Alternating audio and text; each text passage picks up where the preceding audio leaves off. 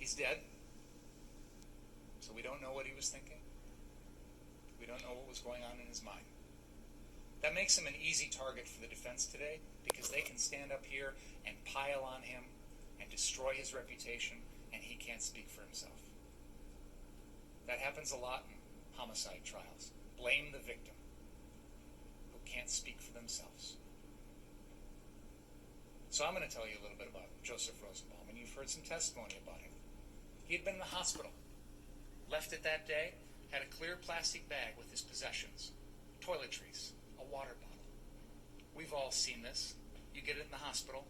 It's pretty common. He's walking around like it's pretty much his only possession in the world. He visits Carrie Ann Swart, his girlfriend, and then happens to wander downtown into the middle of civil unrest. No indication he planned to be there. No indication he's part of any sort of movement. He just happens to stumble into it. So what does he do that night? Oh, let me tell you all the awful things Joseph Rosenbaum did. He tipped over a porta potty that had no one in it. He swung a chain. He lit a metal garbage dumpster on fire. Oh, and there's this empty wooden flatbed trailer that they pulled out in the middle of the road, and they tipped it over to stop some bearcats, and they lit it on fire. Oh, and he said some bad words. He said the N-word.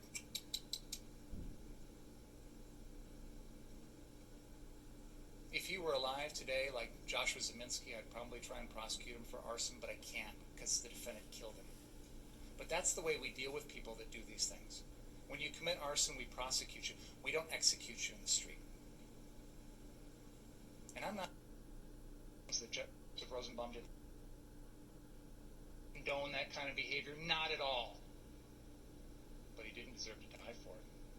He can't kill someone for these things. He's 5'4", 150 pounds. Jason Lukowski characterized him as a babbling idiot. Lukowski says, I turned my back and walked away. This guy wasn't even a threat. I think we all know somebody like Joseph Rosenbaum, the Napoleon complex, the little guy who just wants to chatter, but when it comes down to it, it's all bark. It's no bite. It's like a little dog. Bark, bark, bark, bark, bark. But really, ain't gonna do anything. There is no dispute in this record that at no point that night did Joseph Rosenbaum hurt anyone. Never had a gun, never had a knife, never had a bat, never had a club.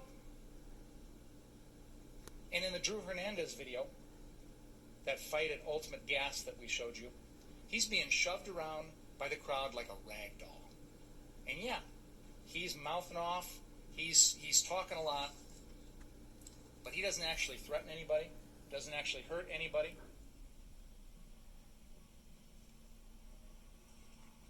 They're pushing him around like he's a tiny little person, which, frankly, he was.